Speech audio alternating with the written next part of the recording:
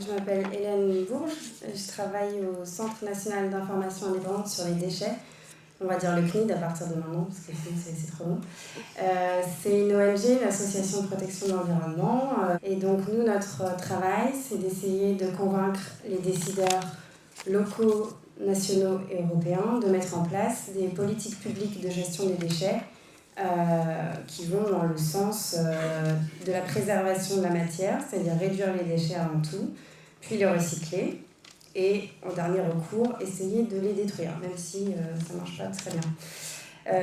Donc ça, c'est un travail qu'on peut appeler de plaidoyer ou de lobbying politique. C'est le même mot, ça veut dire la même chose, sauf que le lobbying, c'est souvent les grandes entreprises qui l'emploient, et le plaidoyer, c'est les ONG qui se sont appropriés ce terme. Mais c'est le même boulot.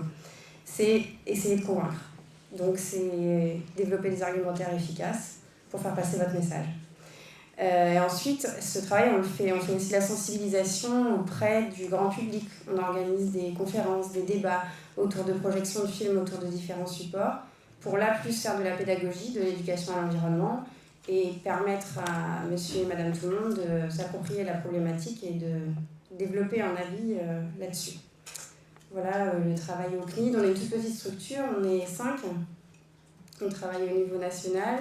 C'est beaucoup aussi de réseau avec d'autres gens pour faire en sorte que les choses avancent le plus vite possible. Voilà.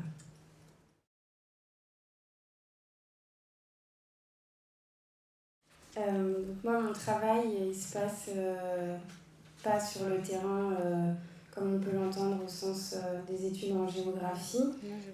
C'est beaucoup soit donc, à mon bureau, dans les locaux de l'association, ou alors c'est en déplacement à l'extérieur avec les acteurs avec lesquels vous travaillez. Ça peut être le ministère qui est en charge de l'environnement, ça peut être des sénateurs, des parlementaires, ça peut être d'autres assos en France et dans d'autres pays. Donc, mais c'est beaucoup un travail qui se passe avec un téléphone et devant un ordinateur avec Internet, il faut être clair là-dessus. Mes tâches après au quotidien, c'est de faire de la veille sur ce qui se passe, d'un point de vue des politiques environnementales, et plus particulièrement celles qui touchent à la gestion des déchets, à la gestion des ressources, et aussi à celle qui a trait au changement climatique, parce que ça, c'est un sujet qu'on peut difficilement éviter quand on travaille dans l'environnement aujourd'hui. Ensuite, c'est de l'analyse et de la synthèse d'informations, puisque mon travail, c'est de diffuser une information indépendante à plusieurs cibles. Ça veut dire que je dois savoir quelles sont les informations qui sortent, je dois les analyser, je dois les critiquer, les hiérarchiser, et parfois les vulgariser, même souvent, parce que les déchets, c'est un sujet qui n'est pas facile, les vulgariser pour que la personne en face me comprenne. Et cette personne, elle n'est jamais la même. Si c'est une réunion publique avec des habitants, ben voilà, c'est un peu monsieur et madame tout le monde. Et si c'est un député européen pour le convaincre de voter tel amendement, il faut être un peu plus carré. Après, il y a une grande partie du travail qui se passe avec les médias, avec la presse.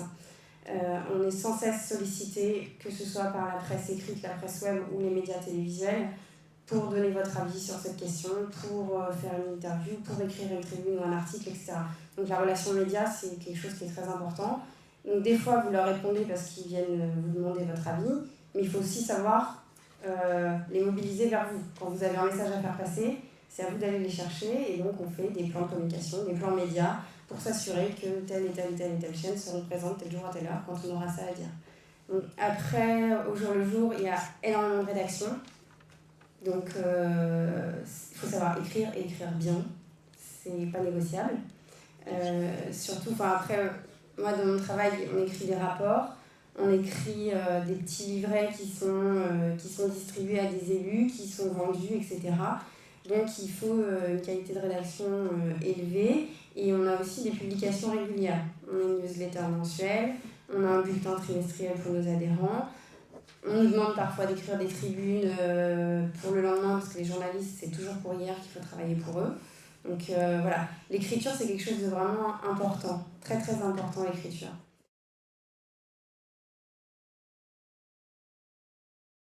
Alors moi, j'ai fait ma maîtrise ici à Paris 7 aussi, en spécialité géomorphologie et risques naturels. Je suis partie en Indonésie pour faire une partie de ma maîtrise. Le terrain, c'était là-bas. Ça apprend plein de choses aussi de partir. Ça vous apprend pas forcément des choses sur ce sur quoi vous travaillez, mais ça vous apprend plein de choses quand même. Sur l'autonomie. Donc voilà, si vous avez l'occasion, vraiment, je vous encourage vraiment à le faire. Après, j'ai fait un Master 2 Pro, toujours ici. Donc c'est un Master 2 qui est Paris 7, Paris 4, Paris 1, qui est le Master 2 Espace et Milieu, donc la branche professionnelle. J'ai fait mon stage de fin d'études à France Nature Environnement, qui est donc une grande ONG environnementale. Et alors moi, j'ai eu la chance d'être embauchée tout de suite après la soutenance, à peu près 2 mois après, en postulant une offre, et puis là, ça a marché. Moi, je dirais que le principal enseignement, on va dire, théorique que j'ai reçu à la fac et qui me sert aujourd'hui, c'est d'avoir une approche transversale et systémique des problèmes, des choses en général. C'est-à-dire que enfin, dans la géographie, on étudie quoi en géographie? On étudie la Terre, sa surface, et ce qui se passe à sa surface et comment ça se passe, quoi. Concrètement, c'est ça. C'est apprendre que les choses sont relatives dans le temps et dans l'espace.